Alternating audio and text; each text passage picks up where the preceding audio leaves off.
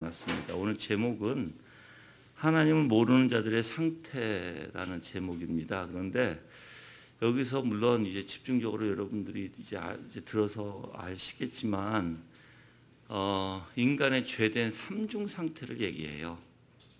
인간의 죄된 삼중 상태를 얘기하는데 그 죄가 어떻게 점점 누룩같이 번지게 되며 점점 죄에 더 빠지게 되는지 너무 상세하게 자세히 기록된 구절이라서 여러분이 오늘 들으면서 혹시나 조금이라도 이러한 현상이 여러분들에게 그 부패성이 나타나 있다라면 돌이키시길 바랍니다.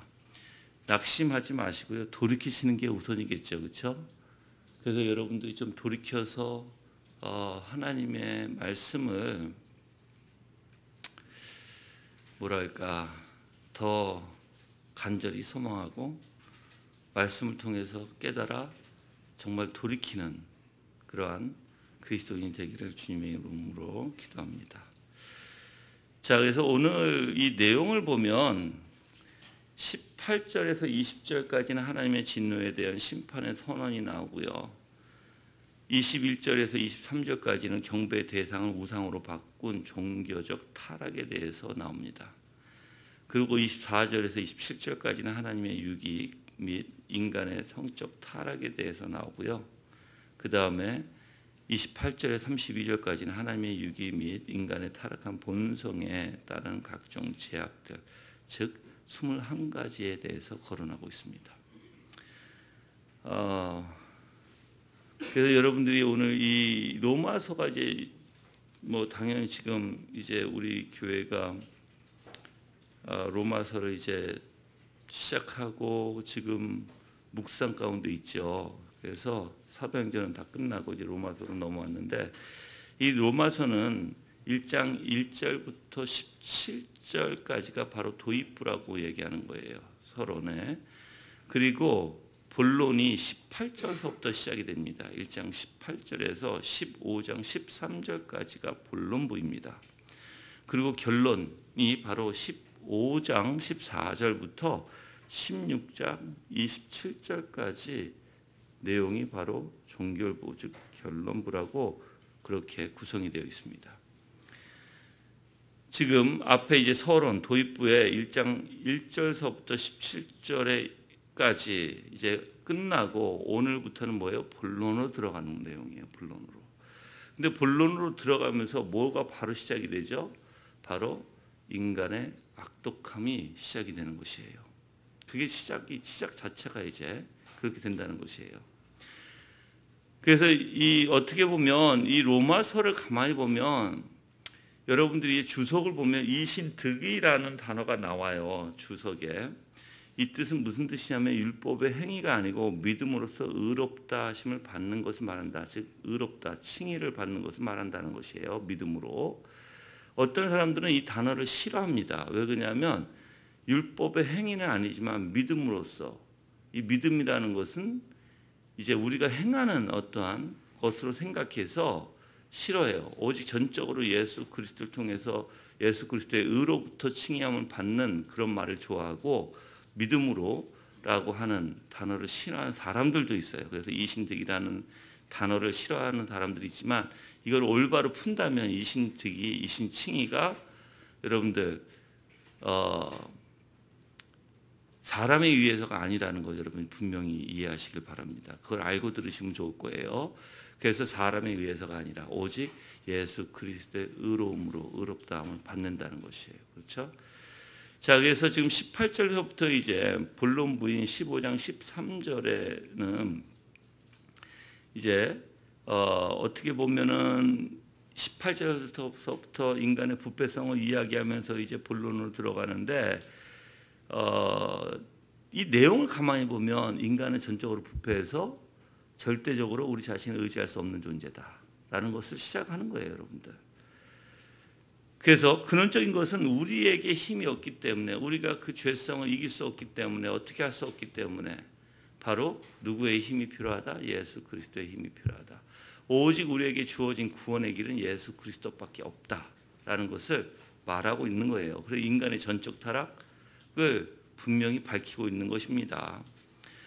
그래서 스스로의 행위로는 결단코 하나님 앞에서 의롭다 함을 얻을 수 없는 인간의 전적 무능에 대해서 이제 본론으로 들어가기 시작하면서 이제 설명하고 있는 것이죠.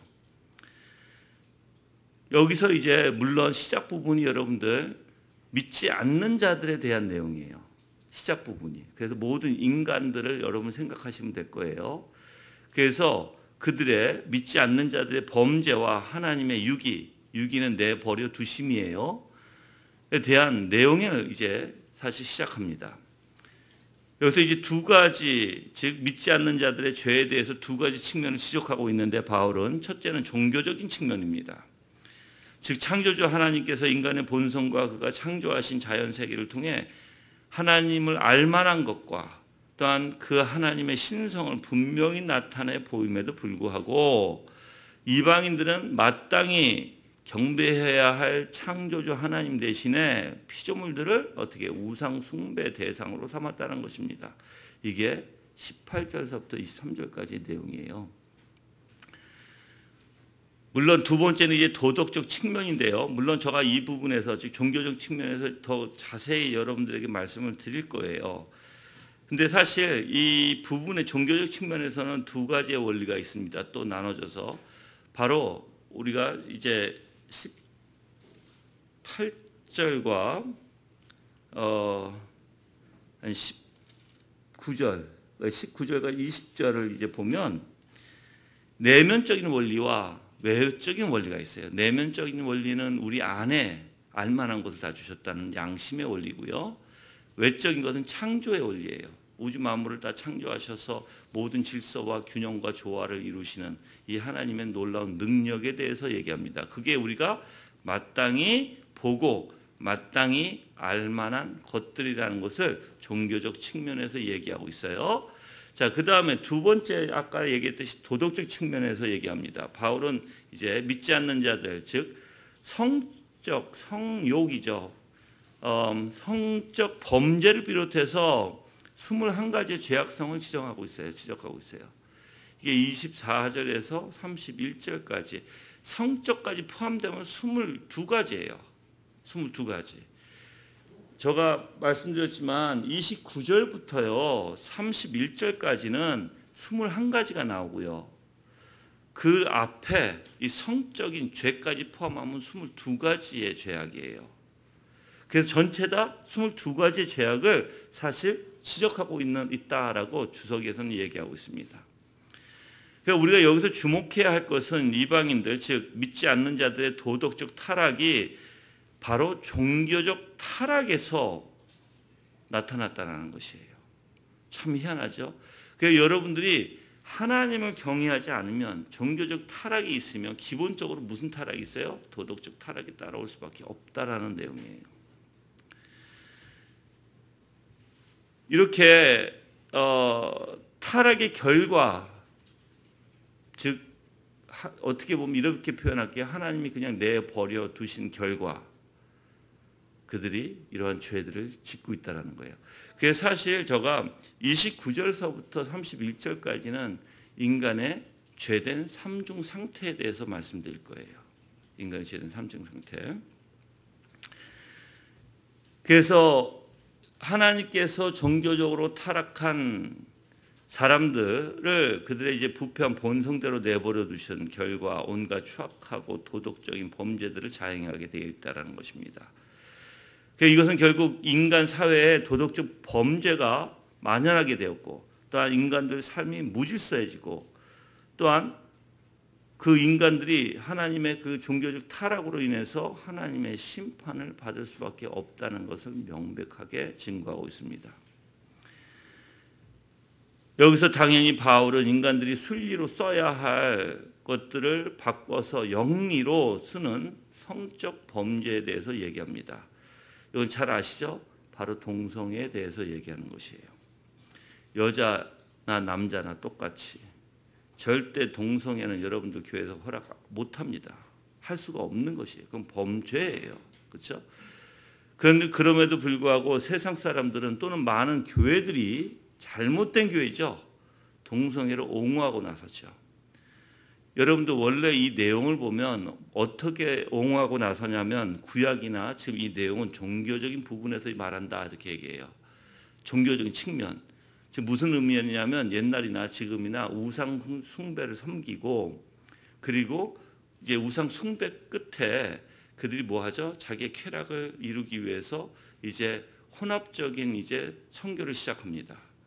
이제 그것을 바탕으로 해서 지금 성결교나 감리교에 그런 목사들이 있어요. 그렇게 주장하는 목사들. 그래서 이 내용은 동성애에 거부하는 게 아니라 이 내용은 우상을 섬길 때 이야기하는 것이다라고 얘기를 해요. 그래서 동성애가 괜찮다. 왜? 그거는 뭐다? 그거는 생체가 그러니까 우리가 태어날 때 그렇게 하나님께서 태어나게 하셨기 때문에 동성애를 괜찮다 이렇게 주장하는 사람들이 있습니다. 뿐만 아니라 여러분들 인권 때문에도 동성애를 찬성하죠. 근데 절대 여러분들 그건 잘못된 거예요. 하나님께서는 남자, 여자를 만드셨어요. 여자를 남자의 배필로 주셨어요. 그거 더 이상 여러분들 생각하셔서는 안 돼요. 그 우리 아이들이 여러분들 하나교회는 제가 올리지는 않았어요. 재직회에 제가 올린 글이 있어요. 여가부에서 이제 정부에서 초등학교에 성교육을 하기 위해서 책들을 배치를 했는데 그게 지금 문제가 상당히 되고 있다. 왜? 너무 믿기지 않는 일들을 서슴없이 거기서 밝히고 있다는 거예요. 서슴없이. 동성애에 대해서도 괜찮다라고 서슴없이 밝히고 또한 성교에서도 부부끼리 너무나 자세하게 그것도 그림을 그려가면서 나타냈고 그래서 지금 난리예요, 여러분들. 그래서 지금 여러분들 아이들이 어떻게든 무엇으로든 세상은 지금 다 성에 노출되어 있는 거예요. 전화를 가지고 있으면 전화를 통해서 성에 노출되어 있죠. 학교 가면 학교에 그런 배치된 책들을 통해서 성에 노출되어 있죠. TV를 보면 TV에 성에 노출되어 있죠. 그 아이들이 변하는 게 희한하게 이제 남자와 남자끼리 사귀어도 또한 그렇게 결혼을 해도 괜찮다라는 사고를 갖게 되고 여자와 여자끼리 같이 다니면서 사랑하고 결혼을 해도 괜찮다라는 그런 사고를 갖게 되죠. 그거를 지금 정부에서는 법적으로 통과시키려고 하죠. 인권이라는 원리 안에서 정말 잘못된 거예요, 여러분들. 물론 이렇게 얘기할게요. 그들은 죄인이에요. 그럼 죄인들을 어떻게 해야 될까요? 죄인들 여러분들 이렇게 생각하면 안 돼요. 어떻게 생각하면 안 되냐면 물론 아닌 건 아니에요. 그렇죠? 그렇지만 그들을 차별하고 그들에게 여러분이 비방하고 그래서는 안 돼요. 그들에게 사랑하는 마음으로 가르쳐야 돼요. 그들은 모르니까. 그들은 잘못된 사고를 가졌으니까. 온유하고 차분히 사랑하는 마음, 관심을 가지고 그들에게 무엇이 옳은 것인지를 가르쳐줘야 돼요. 여러분들 많은 사람들이 이러한 동성애에 자기는 그렇게 생겨먹었고 자기는 그렇게 태어났다라고 생각을 합니다. 그리고 자기의 호르몬에 대해서 많이 이야기를 하죠. 자기의 어떠한 뇌의 한쪽 부분이 그런 쪽으로 더 발달되어 있다고 여성적으로 더 발달되어 있고 남성적으로 더 발달되어 있다고 얘기를 하죠. 아무리 발달돼도 여러분들 여자는 여자고요. 남자는 남자예요. 하나님이 모든 인간들을 다 그들에 맞게끔 그들에게 때로는 그들이 남자의 호르몬을 많이 가질 수 있어요. 그렇죠? 여자의 호르몬을 많이 가질 수 있어요. 그렇지만 그들은 남자예요. 그렇지만 그들은 여자예요. 그들이 바꿔서 여자가 남자가 될 수 없고 남자가 여자가 될 수 없는 거예요, 여러분들. 절대로. 그 원리에서 이제 사실 너무 상세하게 왜 그렇게 하셨는지, 왜 이런 일들이 일어났는지 하나님께서 상세하게 설명하세요. 그건 뭐예요? 그들의 마음에 범죄하는 이 악의를 그냥 내버려 두셨기 때문에 점점 더 타락해가는 모습을 볼 수 있어요. 첫 번째 하나님과 관계가 끊어져 버리고 하니까 이게 점점 타락해가는 모습. 그래서 영리로 남자는 남자끼리, 여자는 여자끼리 그러한 사회가 돼버린다는 거예요, 여러분들. 지금 그런 사회가 만연하죠. 지금 미국에도 날리고 여러분들 유럽은 더 날리고 지금 이제 한국까지 들어와요, 그게. 참 그래서 제가 여러분들 교회는 그것을 따라가서는 안 돼요. 물론 그렇다고 동성애자들이 교회 못 온다는 거 아닙니다. 네, 그분들도 오셔서 들어야죠. 그렇지만 그분들이 교회에 올 때는 각오를 하시고 들으셔야 돼요. 왜? 잘못된 건 잘못된 거니까. 잘못된 것을 우리는 옳다라고 옹호해 줄 수도 없고 그걸 따돌려 줄 수가 없어요, 여러분들. 아닌 건 아니에요. 그래서 이렇게 인간들이 순리로 써야 할 것을 바꿔 영리로 쓰는 성적 범죄를 다른 일반의 도덕적 범죄와 구분해서 기록하면서 강조하고 있는 거예요. 그러니까 22가지의 범죄라고 그랬죠. 21가지는 밑에서 29절에서 31절까지 21가지를 간단하게 적었지만 지금 이 죄는 정말 중요하고 정말 사회를 망치는 죄고 가정을 망치는 죄예요. 교회를 망치는 죄예요. 그래서 강조하기 위해서 앞에서부터 많은 구절을 통해서 정확하게 표현하고 있는 것입니다. 인간이 창조주 하나님의 그 예배하는 순리 대신 피조물을 숭배하는 영리를 취한 결과 하나님께서 그들을 부패한 본성대로 내버려 두심으로 인간 사회의 혼란과 무질서 그리고 각종의 사회 영리 현상이 찾아오게 되었음을 보여주는 대표적인 신뢰라고 할 수 있을 것입니다. 자, 여러분들이 오해하지 마세요. 우상 숭배라니까 지금 내가 우상 숭배하고 있나? 우상 숭배라는 것은요, 여러분들 기본적으로 하나님을 우선 두지 않는 것을 얘기해요. 하나님 대신에 다른 것을 우선 둔다. 많은 사람들이 우선 둔다라는 소리를 잘못 이해하고 있어요. 우선 둔다라는 것은요, 여러분들이 하나님을 가치 있게 가장 가치 있게 여겨야 되는데 사람들은 그렇게 가장 가치 있게 여기지 못하고 다른 것들을 가치 있게 여기고 하나님은 부수적인 원리로 여긴다는 거예요. 그게 우상 숭배의 기본이에요. 또한 탐심 또한 우상 숭배의 기본이라고 골로새 성경은 얘기하고 있어요. 그래서 여러분들이 진짜 내가 우상 숭배를 안 한다는 것은 바로 하나님을 가장 우선되게 둬야 함에도 불구하고 그러지 못한 자들, 그들이 이제 하나님 그걸 이제 내버려 두시게 되면 그들의 멋대로, 그들이 원하는 대로, 그들이 요구하는 대로 그 욕구에 욕망에 사로잡혀서 어떻게 해요? 살아갈 수밖에 없다는 그 무서운 결과를 낳는다는 거예요.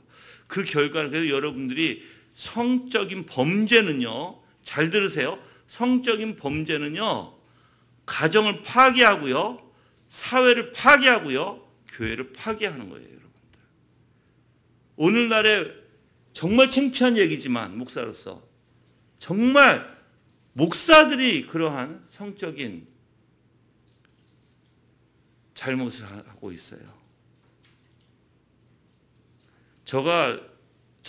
저는 이제 한국 교회에 대해서 많이 모르는데 노예에 계시는 어르신들하고 대화하면서 들으면 이거는 아무것도 아니라는 거예요. 지금 매스컴에 나와서 그렇지 옛날에는 아주 그게 심했다는 것이에요. 부인을 사모님을 두고도 세컨드를 그냥 당당하게 교회 앞에 세워두고 다니고 있고 그렇다라는 거예요, 도대체. 옛날에, 과거에. 근데 지금은 그래서 그런 것들이 뉴스나 이게 TV에 나오면 뭐 그런 건 아무것도 아니다. 이미 이런 일이 벌어지고 있었고 이제 매스컴이라는 TV라는 채널이 있기 때문에 알려지는 것뿐이지 과거에는 수두룩했다 이게. 근데 매스컴에 안 나온 것뿐이다. 지금도 마찬가지일 거예요, 여러분들. 지금도. 절대 있어서는 안 돼요. 절대 여러분들 교회 안에서 있어서는 안 되고요. 여러분들 하나님께서 성적으로 관계를 올바로 하라고 가르쳐 주셨죠. 그게 누구예요? 대상이 부부예요. 부부 여러분들. 부부끼리도 건전하게. 그런데 만약에 여러분들이 그게 아니라 다른 남자와 부인이 다른 남편이 다른 여자와 관심을 마음에 두고 저희 교회는 분명히 징계감이고요. 저희 교회는 징계를 해서 고치지 않으면 회개하지 않으면 출교합니다. 그래서 그거 여러분들이 분명히 아시고 절대 그런 일이 없게끔 서로 조심하고 오늘날에는 성추행이라는 게 또 만연히 있죠.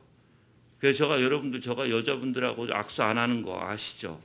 유일하게 제가 교회에서 악수하시는 분은 딱 한 분 있어요. 한 분. 딱 한 분. 예.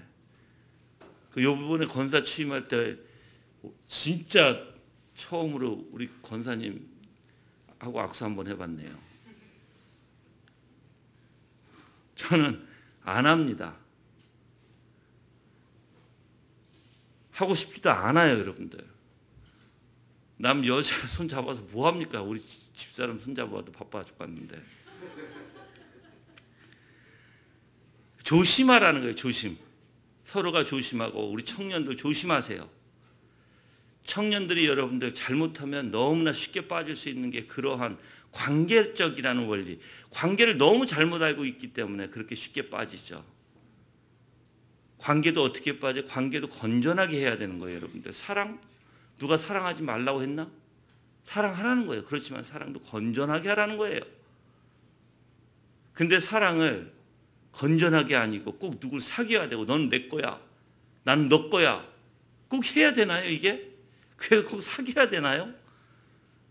그거는 세상적이죠, 그거는. 서로가 마음에 있고 건전하게 순리대로 질서적으로 하다 보면 당연히 결혼하게 되고 양가 부모님을 모시고 또한 허락받은 한 후에 그리고 이제 약혼이란 날짜를 잡고 또한 결혼이란 날짜를 잡고 계속 그렇게 진행되어 가는 게 순리죠.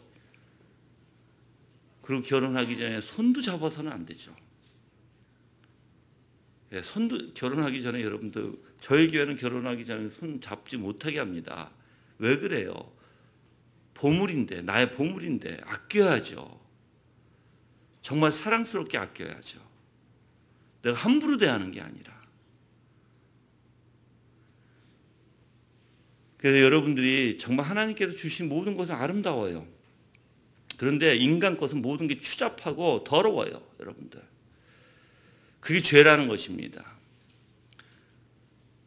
그리고 바울은 이제 그러한 죄들을 이제 지적하면서 이제 또한 21가지의 죄를 지적하고 32절에서 이방인 즉 믿지 아니한 자들의 이러한 죄악들의 하나님의 형벌이 사형에 해당하는 것임을 지적합니다.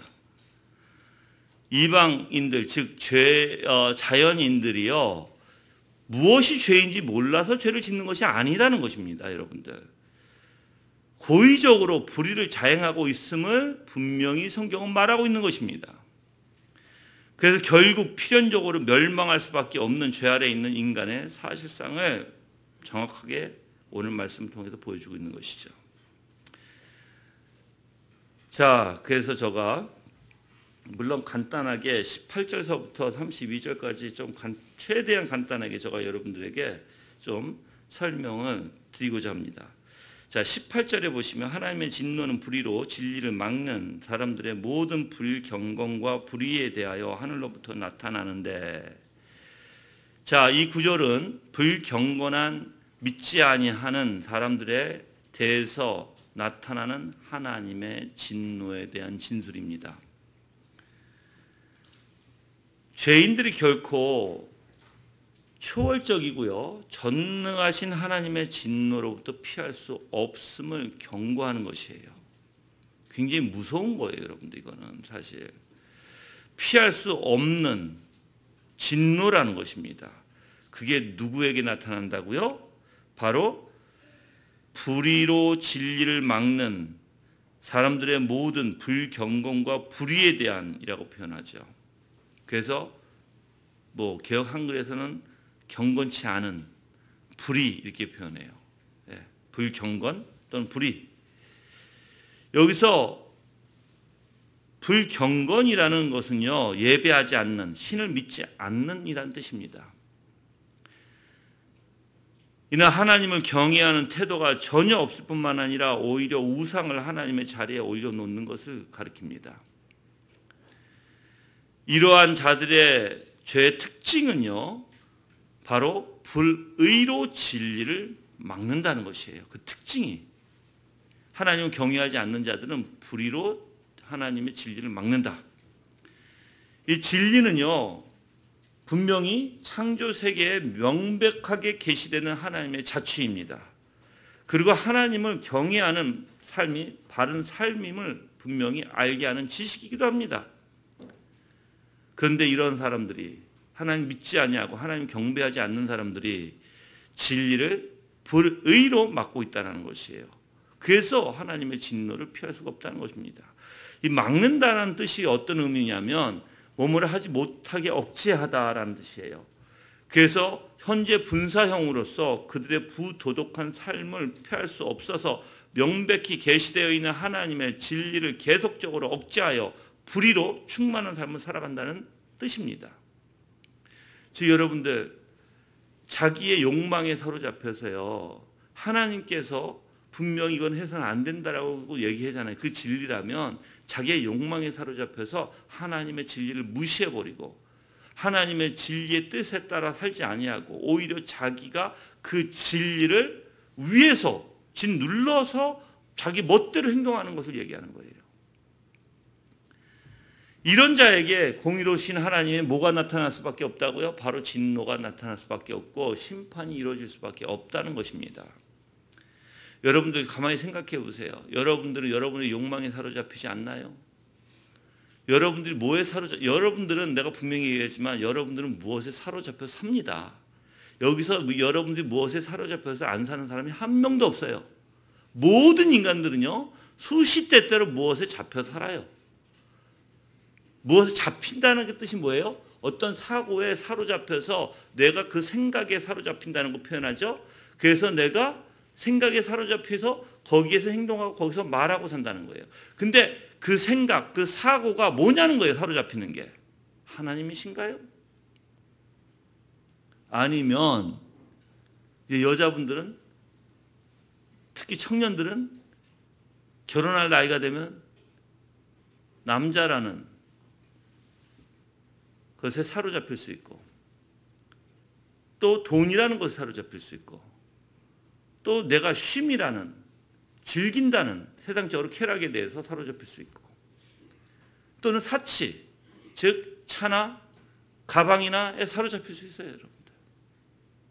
무엇인가 사로잡혀서 산다는 거예요. 먹을 때는 뭐에 사로잡혀 살아요? 내가 무엇을 먹을까? 맛있는 게 무엇일까에 사로잡혀요. 근데 성경에서는 먹으나 마시나 하나님의 영광을 위해서 하라고 하죠. 뭐든지 우리를 사로잡고 있는 것이 바로 하나님이 돼야 되는데, 근데 세상 사람들, 믿지 않는 사람들은 사로잡히는 게 하나님이 아니라 바로 자기의 욕구라는 거예요. 욕구. 그래서 하나님의 진리가 아무리 나타날지라도 자기의 욕구가 그 하나님의 진리를 짓눌러버리는 거예요. 자기 욕구대로 행하는 거예요. 그게 진리를 막고 있다라고 얘기하는 거예요. 여러분들. 또한 이 진노가, 하나님의 진노가 나타나는 시점이 언제인가라고 보면 우리가 로마서의 18절에 하늘로부터 나타난다고 표현하죠. 하늘로부터. 이 나타나다라는 뜻이 계속됨을 나타나는 현재 시제입니다. 그래서 하나님의 진노가 최종적으로는 최후의 심판 때 완전히 나타나지만 지금 현 시점에서 또 부분적으로 하나님의 진노가 분명히 나타나고 있다는 것이에요. 여러분들. 현재 시제이니까. 현재 시제는 뭐예요? 지금 과정을 얘기하는 거죠. 그럼 하나님의 진노가 지금도 나타나고 있다는 거예요. 하나님의 공의의 속성이 범죄를 그냥 둘 수가 없습니다. 분명히 하나님께서는 그들을 징계하실 것입니다. 또한 심판하실 것입니다. 그래서 보응하시는 하나님이라고 표현하죠. 근데 여러분들, 이렇게 우리에게 지금 말씀으로 가르쳐 주는 것은 회개하라고 하는 거예요. 너희가 만약에 그런 삶을 살고 있다면 회개하라. 돌이키라 이제. 그래서 내가 처음에 시작하면서도 뭐라고 얘기했죠? 여러분이 혹시 이렇게 잘못된 믿지 않는 자들의 사고가 있고 무엇인가 잘못된 들으면서 아 나도 저런데라고 생각하는 거 있으면 돌이키십시오. 즉 회개하십시오. 하나님 앞에. 그래서 오히려 이러한 말씀이 우리에게 자비와 은혜와 긍휼 그리고 사랑에 비롯된 것을 여러분들이 아셔야 할 줄 믿습니다. 자 19절에 읽어보면 이는 하나님을 알만한 것이 그들 안에 밝히 드러나 있기 때문이다. 하나님께서 그것을 그들에게 밝히 보여주셨다. 자 이제 제가 아까도 얘기했지만 19절에는 내면적인 원리를 다루고 있다라고 얘기했어요. 그래서 19절과 20절에는요 불의로 진리를 가로막는 인간의 불경건함과 불의에 대한 하나님의 진노가 하늘로 쫓아 나타나는 까닭에 대해서 말하고 있습니다. 자 20절은 외면적인 까닭인 반면 19절에는 내면적인 까닭이 제시된다 이렇게 주석에서 나와 있어요. 자 내면적인 까닭 즉 하나님께서 모든 인간으로 하여금 하나님에 관하여 본능적으로 알 수 있도록 우리의 마음에 심겨주셨다는 것입니다. 그래서 이 본문을 지극하면 이런 뜻이에요. 왜냐하면 그들 가운데 명백히 알려져 있기 때문이다라는 거예요. 명백히 알려져 있기 때문이다. 또한 이 19절의 본절은요. 즉 19절에 어떤 단어냐면 밝히 보여라는 단어 있죠. 밝히 보여라는 단어가 강조점을 얘기하는 단어래요. 그래서 명백하게 확인할 수 있는 단어로 사용되었다고 합니다. 바울은 이 단어를 통해서 하나님에 관하여 알만한 것이 이미 사람의 내면에 나타나 있음을 강조하고 있다는 것입니다. 여러분들 아직까지 율법을 모르는 사람들, 하나님을 모르는 사람들, 말씀을 모르는 사람들일지라도요. 이미 하나님께서는 그들에게 알만한 것을 다 주셨다는 것이죠. 그래서 알만한 기회를 충분히 주시는 하나님.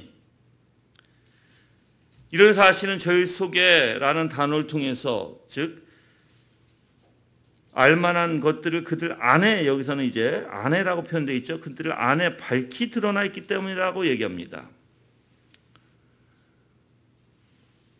그래서 이 19절에서 지적하는 대로 하나님께서는 외적인 자연을 통해 계시하기도 하지만 20절이 이제 외적인 자연이죠. 19절에서는 인간의 내면에서도 하나님을 알 수 있는 능력을 주신 것입니다. 그게 뭐예요? 바로 대표적으로 아까도 얘기했지만 양심이에요. 그래서 잠언서 20장 27절에는 이 양심을 여호와의 등불이라고도 표현합니다. 그래서 여러분들 생각해 보세요. 우리의 양심이 분명히 가르치죠. 이것은 하지 않아야 될 것이라는 것. 근데 우리는 어떻게 해요? 그걸 해버립니다. 양심을 쫓아 사는 것이 아니라 우리는 내 욕망에 사로잡혀서 쫓아가요. 그래서 하나님의 심판 때에 아무리 이런 사람들이 있을 거예요. 목사님, 제가 이거는 오래전에 이거는 질문 받았던 내용들이에요. 목사님, 그럼 예수님을 듣지 못했던 사람들, 복음을 듣지 못했던 사람들은 어떻게 그러면 심판을 받나요? 하나님이 불공평하잖아요. 아니요, 불공평하지 않아요. 복음을 못 들었을지라도 바로 그들의 양심으로 하나님께서는 그들을 심판합니다. 여러분들 그들의 양심으로 심판할 때 이 세상에 하나님 앞에서 범죄자가 아닌 사람이 한 명도 없다는 것이에요. 왜? 그들은 양심에 따라 사는 것이 아니라 양심을 거슬러서 오히려 하나님을 알만한 것들, 이미 하나님의 뜻이 무엇인지 아는 것들 다 우리 속에 알만한 것이 있는데 그것을 거슬러서 자기 멋대로 욕망에 사로잡혀서 사는 것이 인간이라는 것이에요. 그게 죄라는 것입니다. 하나님은 우리 속에 있는 모든 것을 낱낱이 펴서 다 아시고 계십니다. 그래서 하나님은 인간의 양심을 통해서 하나님을 계시하시고 인간으로 하여금 하나님의 존재 사실을 깨닫게 하시는 방편으로 삼으셨다는 것이에요. 여러분들 죄인들에게 참 희한한 게 있어요. 죄인들에게 어설프게 교회를 다니는 사람들 또는 하나님을 안다고 하는 사람들 아니 믿는다고 하는 사람 하나님 계신 거 믿어? 네, 하나님 계신 거 믿어요. 참 희한한 소리를 해요. 어떤 소리를 하는 줄 아세요? 하나님 계신 거 믿어? 하나님 계신 것 같아요, 진짜. 근데 너는 왜 그 모양 그 꼴로 사니? 너는 왜 그렇게 엉망으로 사니? 너는 왜 그렇게 하나님의 뜻대로 살지 못하니? 그게 뭐라고 대답할까요? 이제 대화할 때는 하나님하고 아무런 상관없는 대화를 해요, 이제. 즉, 하나님이 계신다는 걸 알면, 그분이 창조주시라면, 그분의 규칙이 있을 것이고, 여러분이 목적이란 단어를 올바로 이해해야 돼요. 이 세상에 우주 만물의 목적이 없는 게 있을까요?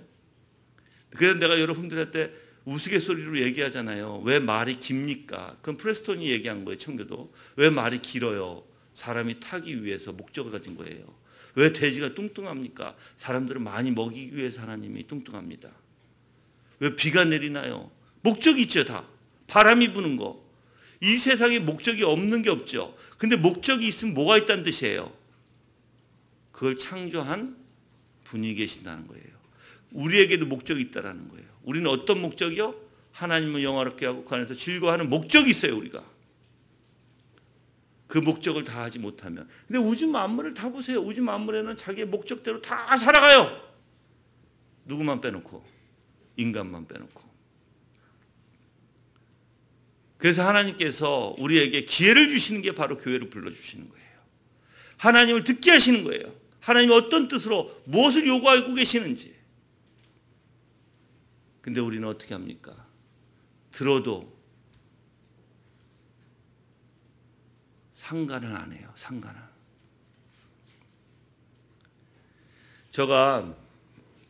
자 이제 졸리신 분들 다들 이제 좀 정신 좀 차리시고 이쯤 되면 좀 졸릴 때가 됐을 것 같아.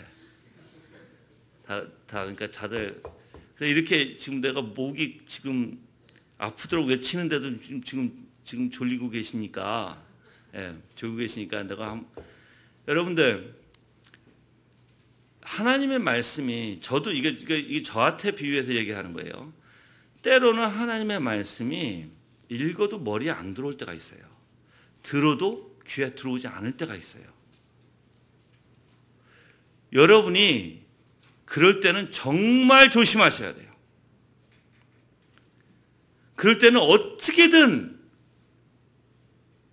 절대 그러니까 여러분이 만약에 책상에 앉아서 하나님의 말씀을 읽는데 그 말씀이 머리에 안 들어오잖아요. 우리 말씀이 머리에 안 들어오면 어떻게 해요? 읽다가 그냥 덮죠. 진짜 그러지 마세요. 왜 그러냐면 그건 이제 죽음의 길로 가는 거예요. 안 들어오면 여러분들 끝까지 실경이 하세요. 기도하면서 어떻게든 하나님의 뜻이 뭘까? 하나님이 여기서 말씀하시고자 하는 게 무엇일까? 실경이 하세요. 몇 시간이든 실경이 하세요. 저 어저께 사실 그랬어요. 어저께 토요일날 밤샘하고 나서 잠깐 이제 자고 일어났는데 아직까지도 몸에 피로가 안 풀려서 머리가 멍해요. 설교를 이제 본문을 아니까 설교를 이제 정리하려고 딱 앉아서 머리가 도대체 무슨 말을 하는지 뭐가 있는지 이게 감도 안 잡히고 손에도 안 잡히고 이거는 정신에 들어오는 게 아무것도 없어요. 그래서 앉아서 식은땀만 나고 힘들고 너무 힘들고 그래서 계속 앉아서 읽은 것도 읽고 이 책도 보고 저 책도 보면서 또 주석을 또 읽은 거 계속 반복적으로 읽고 앉아있으니까 어떻게 해요? 내가 또 허리가 아프니까 또 일어나죠. 일어나면서도 생각이 이걸 어떤 말씀일까 도대체 이 말씀이 한 9시 밤 9시쯤 되니까 그렇게 실경이 하다가 쭉 계속 몇 시간을 실경이 하다가 밤 9시쯤 되니까 이제 잡히기 시작해요. 여러분들 저거 밤 9시에 잡히기 시작하면 그때는 밤 새는 거예요 이제. 이미 잡혔어야 조금 실수에 있는데 안 잡히면 늦게 잡히기 시작하면 이제 밤새는 거예요. 그게 참 희한해요, 여러분들. 여러분이 왜 내가 저 자신도 이렇게 물어봤어요. 그냥 대충 하지. 그냥 대충 하고 그냥 대충 넘어가면 안 될까? 근데 내 안에서 거부하기 시작해요. 왜? 하나님 그럴 뿐이 아니야. 하나님의 말씀은 내가 그렇게 소홀히 대할 것이 아니라는 거예요. 그러니까 여러분들이 지금도 내가 이 얘기하는 거는 여러분들이 졸리실 수도 있어요. 그렇지만 여러분들이 졸아가면서 신경 안 쓰고 들을 그러한 말씀이 아니라는 것입니다. 졸리면 일어나세요. 그 뒤로 가세요. 어떻게든 들으려고 하셔야죠. 하나님 뭘 보신다고 했어요? 마음을 보신다고 했어요. 마음을.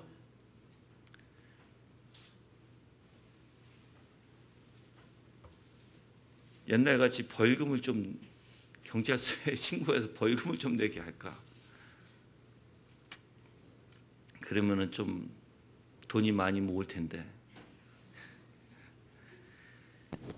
자, 여러분들이 하나님께서 우리에게 양심을 통해서 공평하게 모든 것을 지금 하나님 알만한 기회를 공평하게 다 주셨다는 것입니다. 자, 하나님께서는 양심 등과 같은 내면적인 본능을 통해서 모든 사람에게 하나님을 알 수 있는 방법을 허락하셨습니다. 아무도 하나님을 모른다고 핑계할 수가 없도록까지 하나님은 하셨습니다. 그래서 여러분들이 어떤 핑계를 댈 수 없는 것입니다. 또한 하나님은 분명히 그들에게 하나님을 알 수 있는 방편들도 허락하여 주셨어요. 근데 이제 그들이 왜 하나님을 부인합니까? 어두워진 영안, 타락한 본성의 지배 아래서 그 내적인 본성이 어떻게 해요? 어둠 가운데 있고 타락한 본성에 자기의 욕망이 쫓아 살고 있기 때문에 하나님의 계시가 드러나도 하나님의 뜻이 드러나도 그들은 하나님을 무시하고 자기의 멋대로 살게 되는 것이에요. 그래서 21절에 한번 보시면 20절과 21절 갈게요. 세상 창조 때부터 그분의 보이지 않는 것들 곧 그분의 영원하신 능력과 신성이 그분께 만드신 만물을 통하여 분명히 드러나 알게 되었으므로 그들이 변명할 수 없다. 그들은 하나님을 알면서도라고 돼 있죠. 하나님께 영광을 돌리지 않고 감사를 드리지도 않았으며 오히려 생각이 허망해지고 그들의 어리석은 마음이 어두워졌다. 하나님 알면서도 무슨 뜻이에요? 알만한 것이 있어서 그것을 아는데도 불구하고 그들은 자기 멋대로 했다. 왜? 자, 오히려 생각이 허망해지고 어리석은 마음이 어두워졌기 때문이라는 것입니다. 여러분들 하나님께서는 피조세계의 창조를 통해서 하나님의 위대하신 능력과 신성을 나타내셨습니다. 그래서 조화 질서 균형을 보시면 알아요. 여러분들 우리가 자연 세계를 봐도 하나님께서 얼마나 위대하신지를 알 수 있죠. 하나님같이 모든 조화 균형 질서를 통해서 이 우주 만물을 관리하시고 통치하시고 모든 것을 하나님께서 만드시는 하나님이시면 우리가 볼 때 참 놀라워요. 지금 오늘도 우리가 오면서 제가 이렇게 얘기했어요. 여러분들 참 희한한 게 흙만 있잖아요. 내가 시골에 살아서 그런지 흙만 어디에다가 덮어놓으면 거기에서 그냥 풀이 나요. 아니 아무것도 없었잖아요. 뿌리지 않았어요. 그런데 가만히 놔두면 그냥 흙으로 남는 게 아니라 거기서는 또 무슨 이상한 풀들이 자라기 시작해요. 그래서 참 자연의 세계는 오묘하다. 그런 분이 하나님이시라는 거예요. 모든 능력으로 행사하시는 하나님. 그래서 20절에서도 분명히 영원하신 능력과 신성이 그분께서 만드신 만물을 통하여 분명히 알게 되었다 이렇게 돼요. 여러분들 물론 우리가 하나님의 모든 속성을 지금 자연을 통해서 알 수는 없어요. 모든 속성을. 근데 이거를 구체적으로 좀 깊이 생각하면 알 수가 있음에도 불구하고 사실 어떤 사람이 이렇게 이제 하나님의 선하심을 자연을 통해서 모른다. 나는 봐요. 어떻게 봐요? 나 같은 죄인을 살 수 있도록 모든 걸 섭리하시고 다 쓰시잖아요. 그게 선이 아니고 뭐예요? 자비가 아니고 뭐예요? 그게 긍휼이 아니고 뭐예요? 그게 그렇죠? 근데 이제 하나님의 전능하심만 보고 전지하심만 보는 분들이 있어요. 하나님의 위대하신 그 만드신 우왕찬란한 광위한 어떻게 보면 너무 휘황찬란한 우리가 감히 접근할 수 없는 그러한 자연의 풍경과 뿐만 아니라 조화 질서의 원리 안에서 완벽하게. 근데 여러분들 이 자연도 하나님의 위대한 영광보다 못하죠. 그렇게 아무리 우리가 아름다운 것을 볼지라도. 근데 우리가 아름다운 걸 보면 감탄을 하죠. 야, 멋있다. 그리고 영어로 얘기하면 breathtaking이거든요. 내가 숨을 쉴 수도 없이 내 숨이 콱 막힌다는 뜻이에요. 그 정도로 찬란하고 그 정도로 멋있고 그러면 아름답다는 뜻이에요. 근데 하나님의 영광은 더합니다. 그래서 구약에서도 이러한 자연을 통해서 하나님의 영광을 선포하는 게 있어요. 시편 19편 1절에 하나님이 하나님의 영광을 선포하고 궁창이 그의 손으로 하신 일을 나타낸도다라고 얘기해요. 하나님의 하늘이 하나님의 영광을 선포한다. 그 위대하심 찬란하심. 어떻게 그 하나님께서 하나님의 전능하심과 지혜로 하나님의 전지하심을 그걸 통해서 나타나신다는 거예요. 그래서 하나님의 손길이 자연을 통해서 발견할 수 있고요. 여러분들 근데 희한하게 자연 만물을 통해서 하나님을 우리가 볼 수 있지만 희미하잖아요. 그렇죠? 근데 예수 그리스도를 통해서 뭘 볼 수 있어요? 정말 하나님을 완벽하게 볼 수 있어요. 예수 그리스도께서 보시면 어때요? 모든 조화 질서 균형이 다 이루어졌죠. 하나님의 공의와 하나님의 사랑이 같이 십자가에서 이루어졌고 이 땅에 오심으로써 그 예수 그리스도를 통해서 우리가 성경에서 볼 때 위대하신 하나님의 정말 자비와 긍휼과 선하심을 볼 수 있잖아요. 그분 안에 모든 조화 질서 균형을 볼 수 있잖아요. 그분 안에 바로 하나님을 우리가 볼 수 있잖아요. 완벽하신 하나님. 그래서 그분 안에 하나님의 모든 속성이 다 드러나 있는 거예요. 우리가 자연에서 볼 땐 너무 희미해요. 그게. 그렇지만 예수 그리스도 안에서 볼 때는 그 하나님의 모든 속성이 완벽하게 드러나신 거예요. 그래서 여러분들이 그 하나님 예수 그리스도를 생각할 때 정말 하나님의 그 아름답고 선하시고 광대하신 그분의 속성을 여러분이 보셔야 돼요. 그래서 우리가 예수 그리스도와 연합한 자는 뭘 생각해야 된다고요? 그분의 생각과 마음과 일치하는 게 연합이다라고 얘기했어요. 그분께서 뜻하신 바가 뭐든지 나의 뜻하신 바고 뜻하는 것이고 내가 뜻하는 바가 그분의 뜻하신 바가 돼야 되는 거예요. 그게 연합의 원리예요, 여러분들. 그럼 자, 보통 이렇게 들으면 이렇게 설교하면 앉아서 그래 맞아. 그렇게 해야지. 아니요. 그렇게 못합니다, 여러분들. 여러분이 부단히 말씀을 가지고 묵상을 하며 이 말씀을 정말 말씀 안에 그 하나님의 아름다운 그 영광을 발견하기 위해서 몸부림치면서 하나님을 온통 채워넣지 않으면 예수 그리스도를 온통 채워넣지 않으면 불가능한 거예요, 여러분들.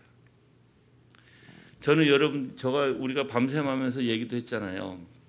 많은 사람들이 이렇게 얘기를 하죠. 목사님, 대속이라는 것은 알겠지만 배워서 지식으로 그런데 대속이 정말 나한테 피부로 느껴지지 못합니다. 내가 하나님의 사랑이라는 것은 알지만 지식으로는 알지만 하나님의 사랑이 내 피부로 느끼지는 못합니다. 여러분들 근데 피부로 느끼셔야 돼요. 어떻게? 느낄 때까지 묵상하셔야 돼요. 느낄 때까지 그게 여러분들 오늘 내가 잠시 한다고 느껴질 수도 있겠죠. 은혜 가운데. 그렇죠? 근데 그렇지 않을 수도 있어요. 그게 몇 년 걸릴 수도 있어요. 근데 하셔야 돼요. 언제까지? 주실 때까지. 묵상하면 묵상할수록 더 깊이 들어가면 들어갈수록 여러분은 하나님을 알게 될 거예요. 하나님을 느끼게 될 거예요. 그래서 성경에서는 그 찔림을 바라보고 바로 장자를 잃은 것 같이 애통한다고 얘기했어요. 그게 은혜예요, 여러분들. 그럴 때까지. 여러분들 내가 그의 찌림을 내가 바라볼 수 있어요? 못 바라봐요. 근데 그 찌림을 바라보는 것 같이 그래서 그 내가 장자를 잃은 것 같이 애통하는 마음 심령이 있을 때까지 어떻게 해요? 바로 주님을 찾으시면 돼요. 주님을 구하시면 돼요. 근데 문제는 우리가 거기까지 못 미치는 게 문제예요. 세상 일에 너무 바빠서.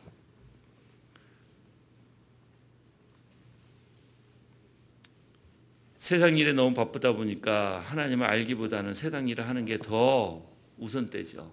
그게 이제 잘못됐다는 거예요. 하나님을 알아가는 게 가장 우선이 돼야 되고 하나님의 일을 하는 게 가장 우선이 돼야 되고 그래서 여러분의 삶은 여러분의 모든 스케줄은 하나님을 알아가는데 먼저 두고 그 다음에 여러분의 스케줄이 나와야 돼요. 그래서 여러분이 정말 내 마음이 어디에 있느냐라는 것이죠. 그렇죠? 내 마음이 하나님 앞에 있으면 분명히 여러분이 분명히 그렇게 하나님 앞에 마음을 둘 것이고 가장 그것이 같이 있으면 그 마음에 그렇게 쏠려갈 것이고 나머지 것들은 부수적인 것이 될 거예요. 근데 나머지 것들은 다 우선 두고 하나님 부수적인 것으로 빼나요? 그건 말도 안 되는 거예요, 여러분들. 내가 이렇게 얘기할 때 많은 사람들은 네네 하는데 인생을 보면 삶을 보면 그러지 못해요. 다들. 여러분들 내가 얘기하지만 정말 하나님 앞에 마음이 있고 하나님을 사랑하잖아요. 하나님이 우선됩니다. 여러분 사람도 인간이 인간을 사랑할 때 그 사람을 걱정하고 그 사람을 마음에 있을 때 일하면서 뭐가 우선이 될까요? 일을 내가 직장에서 일을 하면서 내가 사랑하는 사람이 있어요. 내가 지금 데이트를 했어요. 막 그 사람이 내 마음에 막 풍요롭게 차요. 일이 우선일까요? 그 사람이 우선일까요? 네, 일을 해도 그 사람으로 가득 찰 거예요. 그래서 일하면서 수시로 어떻게 할까요? 문자 주고받고 밥 먹었어? 나 먹었어. 뭐 먹었어? 언제 끝나? 우리 만날까? 일하면서도 항상 그 사람이 우선될 거예요. 그 사람으로 가득 차 있으면. 근데 하나님이 사람보다 못합니까? 하나님이 사람보다 못하냐고요. 그렇지 않잖아요. 그래서 우리가 하나님을 사랑할 때 그게 무엇인지 아는 거예요. 진정으로 하나님을 사랑할 때 우리가 보이지 않는 하나님이지만 그래서 믿음이라는 것을 하나님께서 주시고 정말 이 믿음을 통해서 하나님의 위대하심을 발견하고 그분을 내가 의지할 때 그분을 사랑할 때 그런 반응들이 나오겠죠. 그래서 인간이 할 수 없는 인간은 만져야 되고 봐야 되고 느껴야 되니까 그래서 인간들은 자기가 사랑하는 남자, 자기 기준에서 자기가 사랑하는 남자, 자기가 사랑하는 여자가 있죠. 자기 기준에서. 하나님의 기준은 뭐예요? 너 기준에 세우지 마라. 너 자신 십자가에 못 박아라. 그리고 너 자신을 세우지 마라. 죽여라. 그리고 오직 뭐? 나만 봐라. 나만 의지해라. 하나님은 왜요? 질투하신 하나님이시기 때문에 그래요.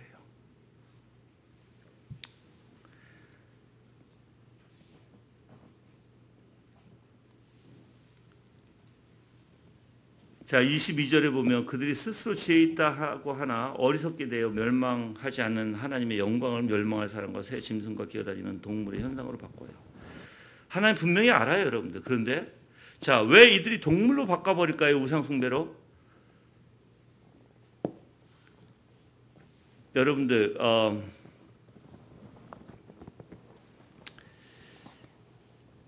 동물로 바꾼다는 것은요, 이들이 어떠한 종교적인 우상 숭배를 한다는 것은 어떠한 종교심이 있기 때문에 그래요. 종교심. 그래서 하나님께서 모든 인간들에게 종교심을 주셨는데 하나님 알만한 것을. 그런데 하나님을 참되게 알려고 쫓아가는 것이 아니라 발견하려고 하는 것이 아니라 이제 자기의 멋대로 우상을 섬겨서 자기가 하나님이 되어버려요. 우상을 여러분들 내가 인간이 우상을 이거 세운다 봐요. 이게 신일까요? 누가 신일까요? 내가 신이에요. 내가 세웠으니까. 이걸 세워놓고 뭐를 합니까? 우상을 세워놓고 거기다 빌지요. 왜 빌어요? 잘해달라고. 참 그 미련한 거 아닌가요? 인간이 만들어놓고 인간이 빌어. 그 너무 우스운 거예요, 여러분들. 이런 현상들이 왜 있다고요? 21절 다시 한번 볼게요. 이런 현상들이 왜 있다고요? 바로 오히려 생각이 허망해지고 어리석은 마음이 어두워졌다고 얘기합니다. 그래서 이방인들이 죄인일 수밖에 없는 영적 상태를 지적하고 있는데 첫째는요. 21절에서 첫째는 일반 계시 등을 통해서 자연을 통해서 하나님을 알 수 있을 만한 길이 열렸음에도 불구하고 첫째로 그 하나님을 영화롭게 하지 않기 때문이다. 분명히 하나님 앞에 영광을 돌려야 함에도 그들은 다 하나님을 알 만큼 있으면서도 그들은 돌리지 않아요. 두 번째는 하나님께 감사하지도 않은 자들이다. 그래서 일반 계시를 통해서 자신에게 생명을 주시고 먹을 걸 주시고 모든 것을 하나님께 주셨음에도 불구하고 자기가 다 한 줄 알고 다 자기가 의로워서 그래서 하나님 앞에 감사하지도 않아요. 세 번째는 바로 그들의 생각이 허망해졌다는 거예요. 그래서 이 생각은요, 계획, 목적, 고안 등을 뜻하는 히브리어에서 나온 단어라고 얘기합니다. 그래서 언제나 부정적으로 얘기한다는 거예요, 이 단어가. 그래서 허망하여지고는 무가치한 것으로 되어버렸다는 것입니다. 하나님께 영광을 돌려야 할 마땅하지만 감사를 돌리지 않는 그들의 마음이 자신의 의지와 상관없이 저절로 생각이 무가치한 것으로 가득 차게 되고, 여러분들 무가치한 것이 뭐예요? 이 세상 것들이에요. 망상과 착각에 빠져 있는 것들. 그 네 번째는 미련한 마음이에요. 미련한 마음이 어두워졌다고 표현합니다. 이 미련한다라는 것은 깨달음이 없는, 이해력이 없는 어리석은이라는 거예요. 그들의 깨달음이 없는 마음은 하나님을 거부함으로써 더욱 어두워졌다는 거예요. 여러분들, 하나님의 진리를 알지 못하면 더 점점 어두워져요. 미련해져요, 여러분들. 그거 모르나요? 하나님의 진리를 알면 내 정신이, 내 모든 영혼이 밝아지고 더욱더 깨우쳐지는데, 반대로 하나님 모르는 자들은, 근데 이 세상 사람들은 뭐예요? 공부를 못하면 이렇게 표현하죠. 공부를 안 하면 너는 미련할 것이고 그렇게 하죠. 근데 성경에서는 하나님을 모르면, 하나님을 알지 못하면, 진리가 그 안에 있지 않냐면 어두워지고 미련하다. 깨달음이 없을 것이다. 그 깨달음이 없는 마음은 하나님을 거부함으로써 더욱 어두워질 것이고요. 그들이 얻게 되는 우상숭배와 온갖 부도덕적인 생활뿐이라는 것입니다. 그래서 어두워졌다는 단어는 미련한 마음이 더 어두워지는 것. 그래서 적극적으로 하나님을 영화롭게 하고 감사에 돌리지 않는 자에게 자연스럽게 나타나는 현상이라고 얘기해요.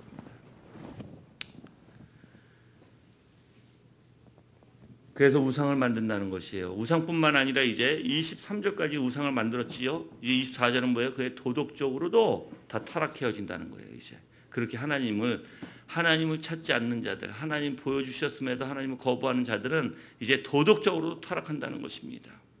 그래서 24절에서 27절까지는 인간의 범죄에 대한 하나님의 반응을 또한 보도하고 있는데, 바울은 여기서 하나님께서 인간에게 구원의 은혜를 베푸시지 않고 범죄 가운데 그대로 내버려 두시는 유기죠. 바로 그러한 신학적인 개념을 설교하고 있다. 이것은 여러분들이 제가 아까 앞에서도 얘기한 내용이에요. 그래서 24절에 한번 잠깐 읽어보면, 그러므로 하나님께서 그들의 자기의 마음의 욕망대로 살도록 더러움에 뭐예요? 버려두사라고 표현해요. 내버려두사. 이 내버려두다는 것은 포기하다, 넘겨주다, 버리다라는 뜻입니다. 강한 의지가 갖고 있는 뜻이라요. 그래서 하나님이 그 의지로서 그들의 마음의 정욕대로 더러움에 방임해버리는, 내버려두는, 그 욕심에 그냥 내버려두는, 욕구에 그냥 놔둬버리는. 근데 여러분들, 정말 죄를 짓는 사람들은요, 그런 욕구를 누가 건드리는 거 싫어해요. 하나님의 말씀이 전하고 너 하지 마라, 이건 하면 안 된다 하면 싫어해요. 오히려 자기의 욕망에 사로잡혀서 그 욕구를 어떻게 하려고 해요? 소화시키려고 해요. 어떻게든. 그게 잘못임에도 불구하고 그렇게 한다는 거예요, 여러분들.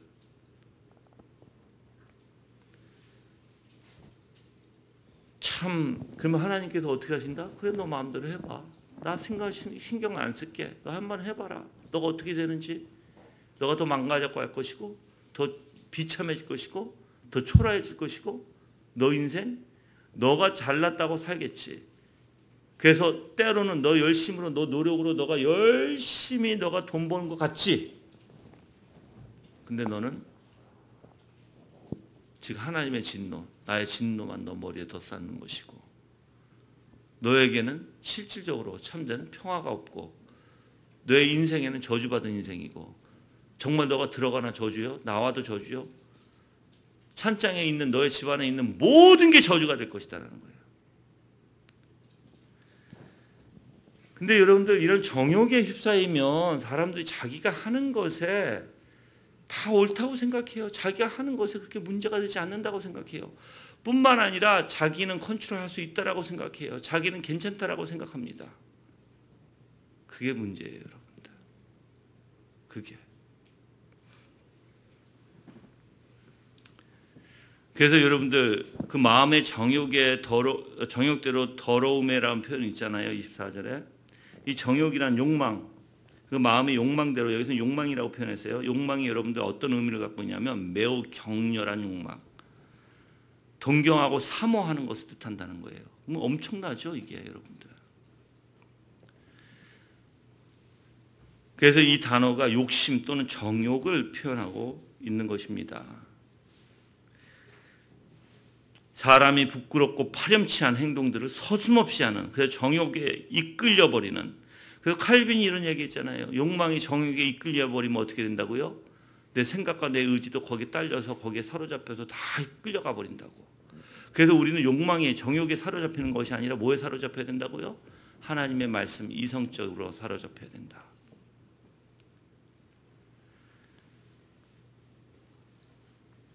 그래서 그들이 이제 어떻게 한다고요?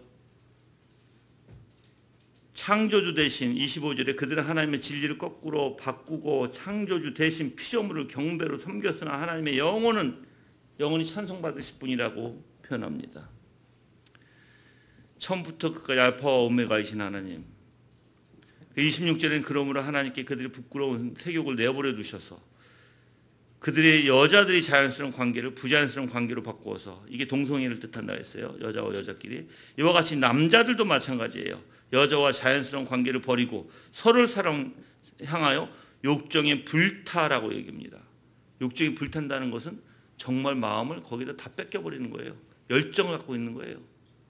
그런 성욕에. 남자가 남자로 더불어 부끄러운 일을 하여 그들의 잘못에 상당한 보응을 그들은 자신이 받았다. 여러분들 이렇게 지금 보세요. 보응을 받았다라고 얘기하죠. 무슨 뜻이에요? 하나님의 심판이라는 거예요. 하나님이 정말 진노가 그냥 그들을 내버려뒀기 때문에 그들이 어떻게 돼요? 역순리로 살아간다. 영리로 살아간다. 여러분들 영리로 살아가는 사람들이 너무 많아요. 이것뿐만 아니에요. 동성애자들이 영리로 살아가는 것뿐만 아니라 죄를 짓고 있는 사람들 가만히 보세요. 진리, 선보다 반대로 악을 영리로 살아가는 거예요. 악하게 살아가는데 뭐가 잘 될 것 같아요, 여러분들? 악하게 살아가는데. 여러분 자녀가 잘 될 것 같나요? 그걸 보면서 자라가는 아이들인데, 아이들에게 여러분들, 내가 얘기했잖아요. 아이들에게 아무리 선한 것을 보여주고 정말 아이들이 아무리 올바른 가정에서 자랄지라도 그들이 바깥 세상에서 자기 멋대로 살아버리고 자기 기준에 살아버리고 나쁜 친구들 만나 살아가 버리면 어떻게 된다고요? 그 쫓아가요, 여러분들. 물론 그렇지 않은 아이들도 있지만 근데 신앙 안에서는 다 그래요, 다. 그래서 여러분들이 하나님의 아는 가족, 하나님의 말씀으로 가르치는 가족이 얼마나 귀한지요. 자, 그리고 28절에 보면 또한 그들이 하나님을 인정하기 싫어함으로 하나님께서 그들을 버림받은 마음으로 내버려 두셔서 합당치 않은 일들을 하게 하셨는데, 그래서 29절부터 이제 제가 인간의 삼중 상태를 제가 말씀을 드릴게요. 29절부터. 자, 29절에서 보면 그들은 모든 불의, 추악, 탐욕, 악의로 가득 차 있으며 시기 가득 찼다. 한번 이렇게 동그라미 해보세요. 읽어보세요. 시기, 살인, 분쟁, 사기, 악독으로 가득 차 있다 또 있죠. 그들은 수군거리는 자이고 이렇게 됐어요. 자, 여기서 가득 차다 두 번이 나오죠. 한 구절에. 철철 넘친다는 뜻이에요. 첨철 넘쳐서 가득 차 있는 상태. 그릇에 계속해서 물을 부으면 그것이 넘쳐서 밖으로 흘러나오게 되듯이 하나님을 자신의 삶에서 추방한 이들에게는 죄악들이 가득 넘쳐 흐른다는 것입니다. 자, 그래서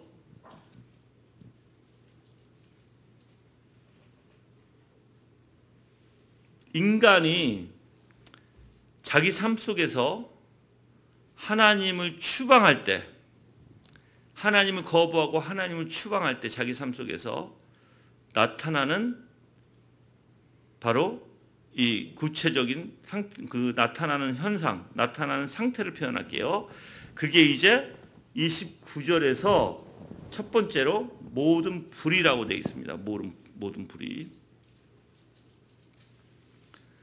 그래서 여러분들 이런 어떤 상태를 얘기해요? 이것은 믿지 않는 자, 타락한 자들 어떤 상태를 얘기해요? 지금 죄가 지배하는 상태를 얘기해요. 지배하는 상태. 그래서 첫 번째, 삼중 상태에서는 첫 번째는 지배하는 상태다. 지배하는 것이 뭐예요? 첫 번째는 모든 불이라고 되어 있어요. 불이라는 말은요, 하나님과 사람에게 마땅히 보여야 할 의와 정반대 개념으로 사람과 하나님께 대하여 마땅히 행해야 할 일을 하지 않는 것을 의미합니다. 마땅히 해야 할 일이 있는데 그걸 하지 않는 것. 그게 바로 불이라는 것이에요. 그거로 가득 찼다는 거예요. 그런 상태로 지금 이 사람은 그런 상태에 지배받고 있다.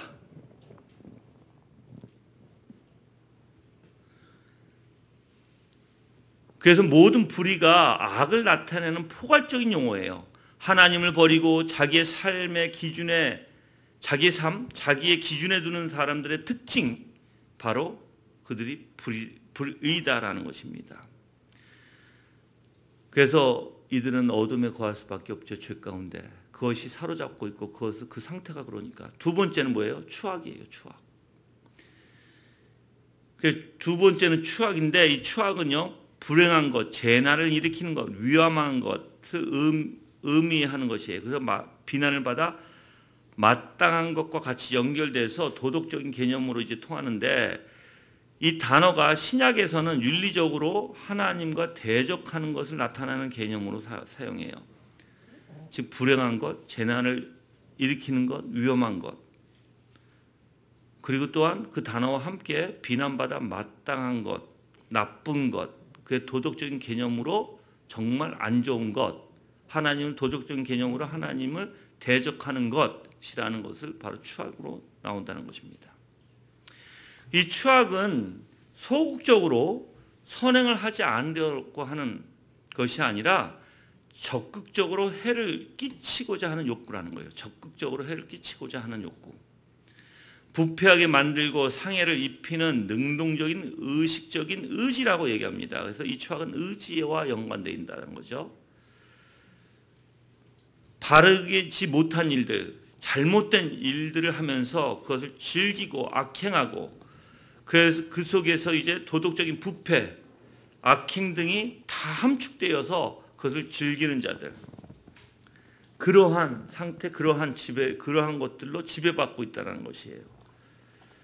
그래서 끝까지 사람들의 어떤 파괴적, 즉 사람들을 끝까지 끌어내리고자 하는, 자기와 같이, 그러니까는 자기와 같이 어울려야 되고 다른 사람들 저기 하면 같이 못된 짓을 같이 일삼게 하고 끝까지 추구하는 자들. 다 자기 정욕에 사로잡혀 사는 자들이죠.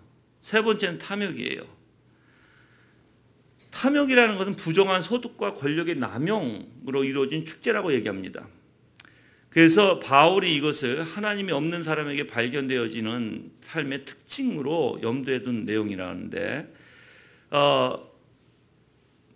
여러분들 사실 이 탐욕은요, 저주받은 소유욕으로 헬라인들이 썼다는 단어예요. 저주받은 소유욕. 남의 것을 함부로 취하고 양심의 가책을 느끼지 않고 남의 것을 파괴하고 이기적인 욕심에 지배를 받는 자들. 그래서 언제든지 자기가 목적이, 자기 자신을 채우고자 하는 것이 바로 목적이에요. 이들은. 분명히 여러분들 이들도 심판받는다는 것이에요. 네 번째, 바로 악의입니다. 이는 자신을 선하게 할 품성이 하나도 없는 상태를 의미합니다. 그 모든 악을 내포하며 행동으로 구체화되는 나타나는 죄의 내적인 동인이라고 표현하는데, 자신에게 선하게 할 품성이 하나도 없는 상태, 그게 바로 악의. 다섯 번째가 식이죠. 이제 이거 두 번째 그룹이에요. 이제 이게 두 번째 그룹인데, 이 두 번째 그룹에는 뭐가 있냐면, 아까 이제 삼중 상태에서 두 번째 그룹이에요. 두 번째 상태예요. 삼중 상태의 두 번째 상태. 이거는 하나님을 자신의 삶에서 추방하는 악이에요. 하나님을 자신의 삶에서 추방하는, 진리를 거부하고, 그렇죠? 그게 이제 두 번째 상태인데, 두 번째 상태에서 첫 번째죠. 전체적으로는 다섯 번째고 식인데, 자신이 원하지만 소유하지 못한 것을 남이 가진 것에 대해서 시샘하는 마음이라고 표현합니다. 뭐든지 물건이든 저 사람이 나보다 잘 되는 것을 시샘하고, 나보다 하나님의 은혜 받는 걸 시샘하고, 모든 것.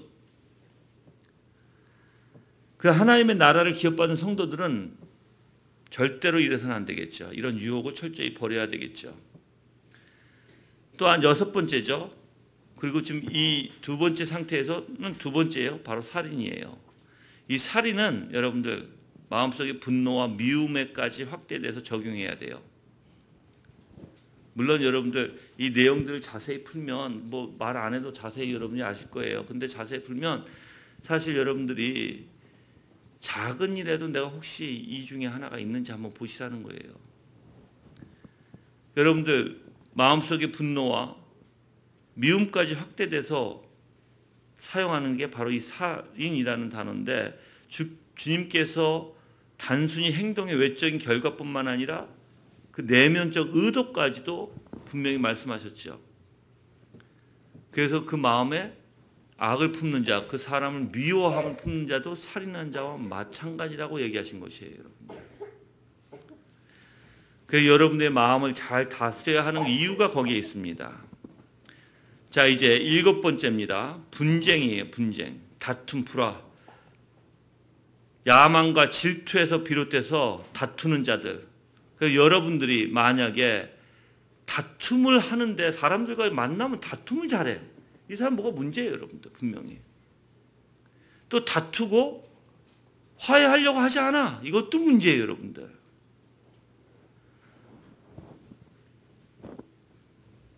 그래서 그들의 삶을 보면 안다는 거예요. 그들의 삶에 뭐가 지배되어 있는지. 이 네 번째는 바로 사기입니다. 이거는 미끼, 올무, 속임, 변절 등을 뜻합니다. 자기의 목적을 이루기 위해 사악하고 음흉한 방법으로 굴복하는 사람. 어떤 이면적 동기가 없이는 아무것도 하지 않는 사람의 성품을 기술하는 데 쓰이는 말이래요. 근데 매사에 어때요? 이 사람들은 마음이 삐뚤어요. 그래서 어떻게 하면 자기의 뜻대로 자기 방법대로 할까? 항상. 그게 기본이에요, 이 사람이. 그냥 생각하고 살아가는 원리가 다 그런 방법이에요. 아홉 번째, 악독이죠. 악이 적의, 원한 등을 뜻하는 단어예요. 그래서 가장 나쁘게 해석은 그러니까 악독한 마음이라는 거죠. 그러니까 다른 사람에게 항상 가장 나쁜 짓을 생각하는 마음, 그를 미워해서 시기 질투해서 어떻게 하면 저 사람을 내가 해야 할까 안 하고 생각하는 거. 그래서 악한 구실로 사물을 취하여 언제나 가장 나쁜 의미로 그것을 해석하는 성격의 비열성을 얘기한다고 합니다. 이런 성향을 가진 사람, 여러분들 이런 사람은 항상 독을 가지고 있는 사람이다 표현해요. 치명적인 상처를 입힐 수 있다는 거예요, 사람들에게. 참 무서워요, 사람들. 여러분, 그렇죠? 그래서 이 악독을 가진 사람들은요, 그의 삶에 자기의 목적대로 자기의 방법대로 어떤 수단과 방법을 가리지 않고 취하는 자들이에요. 여러분들 그리스도인들은 절대 그렇게 살지 않죠. 그리스도인들은 내 자신을 하나님 앞에 맡기며 살아갈 것입니다. 그리고 이제 세 번째 부류에 있는 사람들이에요. 바로 그게 이제 수군거리는 자예요. 이제 29절에 나온 건데 29절에 그들은 이제 수군거리는 자요 비방하는 자이며 이렇게 나오죠. 자, 31절까지 이제 세 번째 부류의 사람들이 나옵니다. 이 사람들은 믿지 않는 대표적인 범죄를 저지르는데 이 세 번째 그룹은 그래서 이 사람들의 삶 자체가 그냥 이렇게 하는 것이 당연하게 여겨요. 바로 수군거린다는 것은 고자질하다는 뜻과 같아요. 수다쟁이나 상대들을 몰래 헐뜯는 이들의 여기에 속합니다. 공개적으로가 아니라 은밀하게 비난하는 자들이에요. 은밀하게 뒤에서 비밀스럽게 악평하고 돌아다니는 자들. 근데 30절에 비방하는 자들 있죠. 이 뜻은 뭐냐면 똑같은 원리인데 공개적으로 이 사람들은 수군거리는 게 아니라 공개적으로 남을 욕하는 사람들. 그 사람들의 그 악의 참말을 널리 퍼뜨리고 어떻게 보면 여기저기 다니면서 말을 하는 사람들. 둘 다 하나님의 진노에 피할 수 없습니다. 그래서 사람들의 인격을 모독하거나 중상하려는 시도, 그래서 그것은 은밀하게 진행되든지 아니면 공개적으로 행하든 이 둘 다 악입니다. 또 30절에는요. 이제 12번째가 나오죠. 바로 하나님을 미워하는 자라고 표현합니다. 하나님 버린 자, 하나님 미워하는 자라는 것이에요. 그 스스로 하나님을 미워하는 자들을 가리키는 건데 하나님을 스스로 미워하는 자는 반대는 뭐예요? 하나님이 그를 미워한다는 뜻이에요. 그런 원리가 있어요. 그래서 그들에게 있어서 하나님은 무엇이든지 자기가 하고 싶은 대로 하지 못하도록 방해하는 거추장스러운 존재로 여깁니다. 그래서 자, 하나님 미워하는 자는요. 진리를 얘기하면 싫어하고 진리를 얘기하면 거추장스럽게 하고 거추장스럽다고 생각하고 진리를 얘기하면 싫은 거예요. 막 그런 자들이 하나님 미워하는 자들이에요. 여러분들 하나님 미워하면 하나님하고 어떻게 될 것 같아요? 살아남을 것 같아요? 못 살아남아요. 여러분들 하나님을 미워하는데 어떻게 살아남아? 어떻게 복을 받아? 그래서 자기 자신들이 추구하는 삶에 하나님이 방해가 된다고 판단하죠. 그들은 그래서 가차없이 하나님을 제거하고자 해요. 그 진리를 따르지 않아요. 항상 하나님과 정반대로 행하는 자들. 13번째는 능욕하는 자죠. 무례한 자라고 표현되지. 무례한 자이면 난폭한 사람을 얘기합니다. 오만한 사람, 거만한 태도로 앙심을 품고 있는 자들. 그래서 이러한 악행을 행한 사람은 하나님의 진노에 전혀 관심을 가지지 않고요. 하나님의 속성이나 영광을 훼손하는 죄를 저지르는 자들이에요. 이 능욕하다에 두 가지 의미가 있는데 하나는 하나님께 대항할 정도로 교만한 마음을 가진 사람이고요. 다른 하나는 변태적일 정도로 잔인한 사람을 얘기한다고 얘기합니다. 여러분들 이 피조물이 왜 이렇게 대항하고 잔인한 줄 아세요? 자기 자신을 망각하고 있기 때문에 그래요.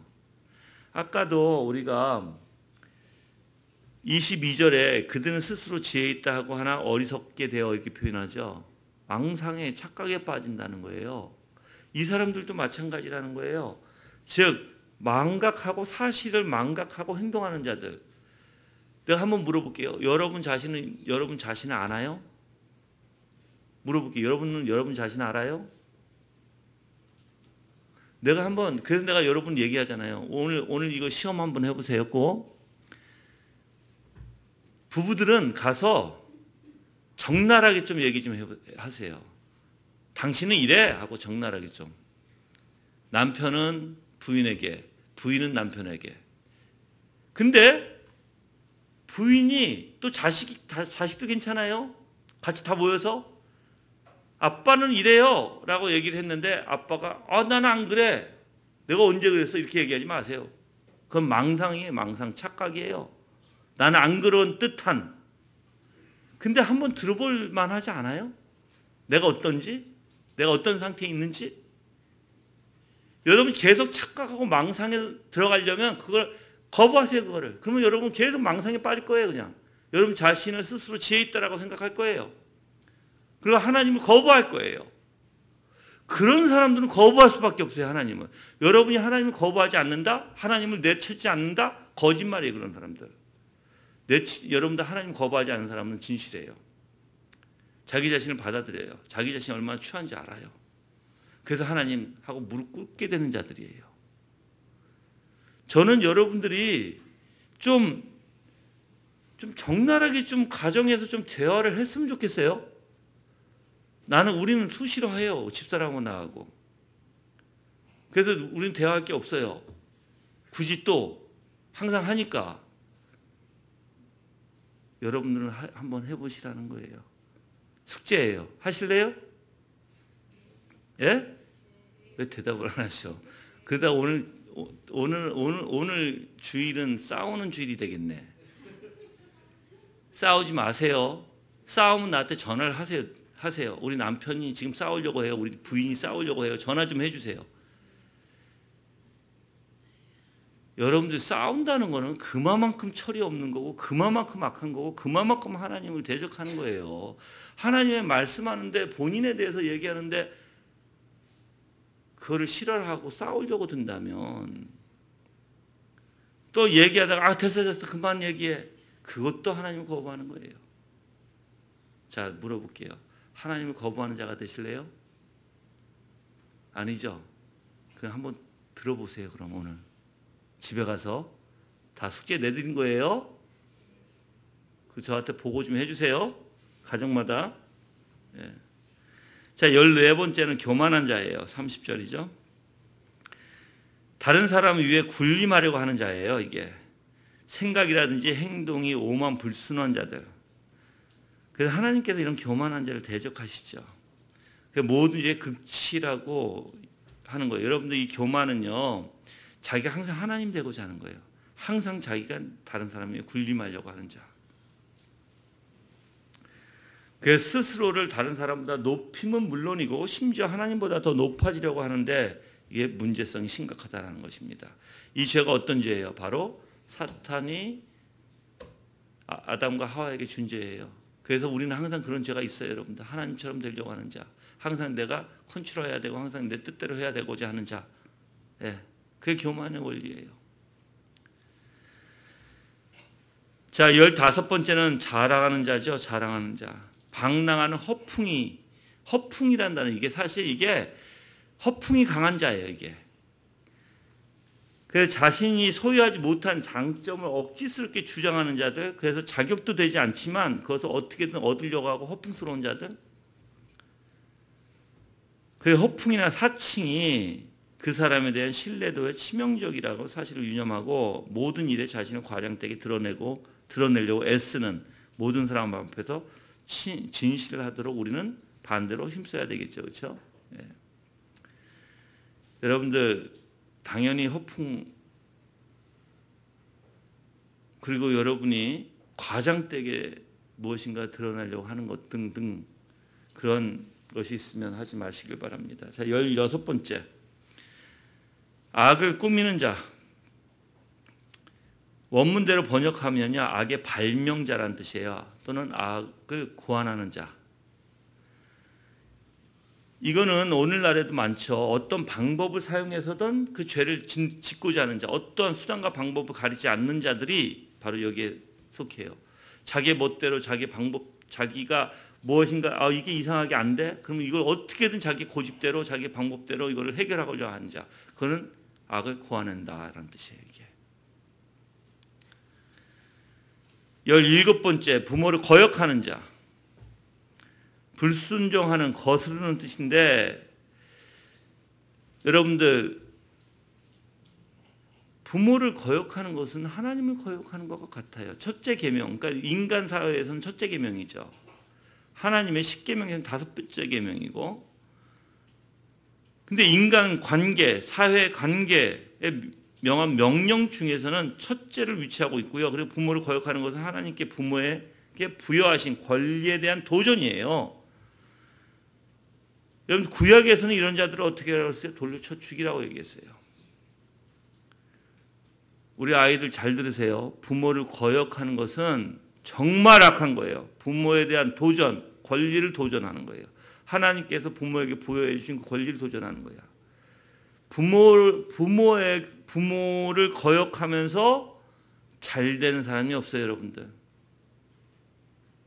저 분명히 말씀드리지만 여러분들 날 낳아주고 키워주시고 사랑으로 정말 평생을 희생하신 부모님에게 정말 자식들은 잘해야 돼요. 나는 너무너무 마음이 어려운 게 하나 있어요. 지금 내가 겪고 있는 건데, 부모님이 나이가 드셔서 움직이지 못하시고 이제 거의 돌아가실 때가 되니까 본인들이 힘들다고 요양원으로 모신다. 그거 보면 너무 힘들어요. 그 사람들은 또 핑계가 다 있죠. 이유가 다 있어요. 근데 저는 너무 힘들어요. 저에게는. 왜 힘드냐면 힘들어봤자 얼마나 힘들어요. 부모님은 어려서부터 우리를 그렇게 평생 힘들게 키우셨는데 우리가 힘들어봤자 얼마나 힘들겠냐고요. 부모님이 사신다고 해서 100년 만년을 사세요? 그게 아니잖아요. 근데 사회 구조가 그렇게 돼 있으니 부모를 모시고 정말 저는 내가 얘기하지만 여러분들, 내가 우리 집사람은 우리 장모님이 돌아가셨잖아요, 그렇죠? 근데 우리 집사람이 항상 하던 얘기가 있어요. 왜냐하면 내가 경험했기 때문에. 부모님을 가까이 모시면서 돌아가실 때 가까이 모시고 있을 때가 너무너무나 축복된 일이다. 왜 그러냐면 평생 부모님하고 해결 못했던 것들, 그 마음이 하지 못했던 것들이 그때 다 해결이 난다. 부모님에 대한 미움도 정말 이제 부모님을 내가 모시기 시작하면 미움이라는 게 없어지고, 어머니나 아버님이 그렇게 힘이 있으시다가 점점 힘이 없으시면서 이제 죽어가는 준비를 하고 계시는데 그걸 바라보는 자식들이 얼마나 마음이 힘들겠는가. 그 힘들면서 어떻게 해요? 부모님하고 아름다운 마음을 갖게 되고 부모님을 더 이해하게 되고, 그래서 이거는 돈 주고 살 수 없는, 평생에 단 한 번 있을까 말까 하는 정말 기회죠. 근데 이런 기회를 놓쳐요. 그건 참 미련한 거예요, 여러분들. 그래서 저는 지금 사실 우리 지금 외가댁이 그래요, 지금. 근데 제가 보면 할머니 그렇게 오래 못 사시는데, 사셔봤자 오래 안 사시는데 요양원으로 모시려고 하는 생각들, 물론 뭐 돈이 없으셔서 못 모시지만 돈이 있어서 모셨다는 뜻이잖아요, 그렇죠? 또 할머니는 요양원에 가고 싶어 하지 않으세요. 참 우리가 보면, 그래서 나는 오히려 내가 할머니 모실게. 또 할머니는 우리 집에 절대 안 오시려고 하시고. 여러분들, 부모님 정말 사랑하세요. 예. 그게 자식의 도리예요, 자식의 도리. 어떤 분들은 부모님을 사랑하고 정말 부모님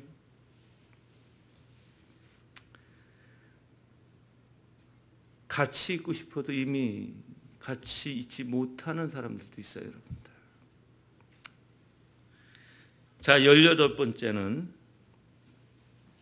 우매한 자입니다. 우매한 자라는 뭘 지각한, 어리석은, 이해하지 못하는 등으로 경험을 통해서도 깨닫지 못하는 자들과 말할 수 없이 어리석은 자들, 그리고 하나님께서 자기에게 주신 마음과 두뇌를 사용하지 않는 자들의 특징 짓는 단어라고 얘기합니다. 이들은 사리 분별을 못하는 거예요. 사리 앞뒤를 분별하지 못하는 자들, 지식과 윤리에 따라 삶을 분별하지 못하는, 그래서 지혜로운 충고의 귀를 기울일지 모르는 사람. 아까 얘기했죠. 부부끼리 대화하다가 싸워요. 당신의 모습은 이랬는데 싸워요. 바로 여기에 속한 자, 우매한 자예요. 예. 왜? 충고에, 지혜로운 충고에 귀를 기울이지 않아요. 그래서 도덕적, 영적 통찰력 또한 결여되어 있는 사람들입니다. 19번째, 배약하는 자. 자, 여기서는 신의가 없는 자이죠. 예, 계약을 어겨 신용이 없는, 충실하지 못한 자를 뜻합니다. 그래서 계약을 위반하고 나서도 항상 양심의 가책을 느끼지 않는 사람을 얘기합니다. 불성실한 자들이라고 루터는 해석했어요. 정직함을 자랑으로 여겼던 로마 사회에서는요, 이 단어가 특별한 의미로 받아들여졌다는 것입니다. 그래서 이 신의가 없는 자라는 것은 항상 배신하고 충성스럽지 못한 자들. 20번째는 이제 무정한 자입니다. 무정한 자는 가족 사랑이 없는 자, 친가족의 사랑이 없는 상태를 얘기합니다. 여러분들 로마 사회에 하루에 20-30명의 유아가 버려졌대요. 그건 뭐냐면 광장에 이제 버려지는데, 그건 뭐냐면 이제 세네카가 얘기한 거예요. 철학자인 세네카가 우리는 약하고 병신으로 태어난 아이들을 버려죽게 한다, 이렇게 표현했어요. 그냥 내버리는 거예요. 이 아이가 조금 이상하다, 그럼 내버리는 거예요. 그냥 길거리에. 똑같아요. 이게 바로 가족 사랑이 없는 자, 무정한 자라는 것입니다.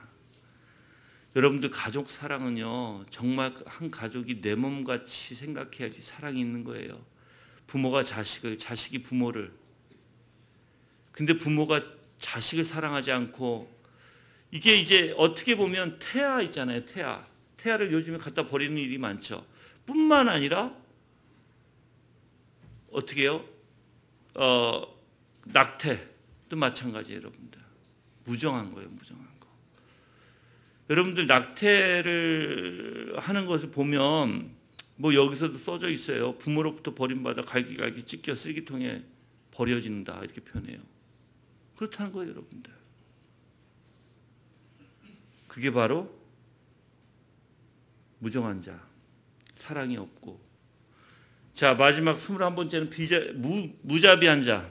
무자비한 것은요, 무정한 잔인한 것을 뜻해요. 도움이 필요한 사람에게 자비를 베풀지 않는 자, 불쌍히 여기지 않고 매정하게 대하는 자들, 이게 무자비한 자라는 것입니다. 예수님은 여러분들 사마리아 사람의 비유를 통해서 자비를 베푸는 것이 무엇인지 알았죠. 그래서 그리스도인들은 마음에 뭐가 있어야 돼요? 마음에 아름다운 심령이 있어야 돼요. 온유함이 있어야 돼요. 그게 없으면 그리스도인이 아니에요. 여러분들. 그래서 여러분의 마음이 얼마나 딱딱한지, 얼마나 무정한지, 얼마나 우리가 여기서 나오는 무자비한지, 신의가 없는지, 우매한 자인지, 부모를 거역한 자인지, 악을 꾸미는 자인지, 자랑하는 자인지, 교만한 자인지, 무례한 자인지, 또한 하나님을 미워하는 자인지, 비방한 자인지, 수군거린 자인지. 그래서 추악, 불의, 추악, 탐욕, 악의로 가득 차 있고, 또한 시기, 살인, 분쟁, 사기, 악독으로 가득 차 있는지 여러분 살펴보셔야 돼요. 그래서 뭐 아까 22번째는 뭐라 그랬어요? 영리로, 하나님이 내버려 두심으로써 진리를 영리로 거꾸로 올라가는 자들, 바꿔서 행동하는 자들.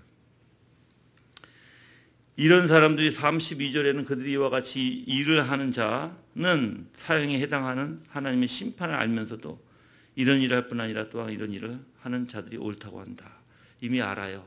이게 잘못됐다는 거. 그런데도 그들은 그것을 행하고 있고 다른 이들도 또한 부추기고 있어요. 동조하고 있어요. 그 동조죄에 해당하는 거다. 오늘 말씀을 통해서 여러분들이 정말 우리는 이렇게 살지 말아야 되는데 이렇게 안 살려면 어떻게 해야 된다고요? 하나님을 알아가세요.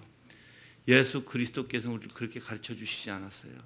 예수님이 걸어가신 길은 내주는 삶, 예수님이 걸어가신 길은 선하신, 정말 예수님이 걸어가신 그 길은 자비와 긍휼과 은혜가 풍성하신 삶의 길이었어요.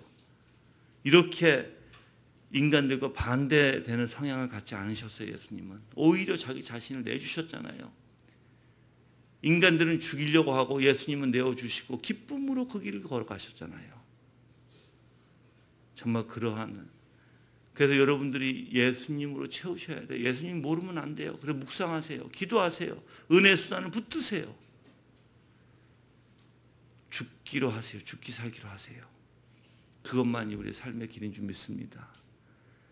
그래서 주님으로 가득 찬 정말 한 주가 되기를 기도합니다.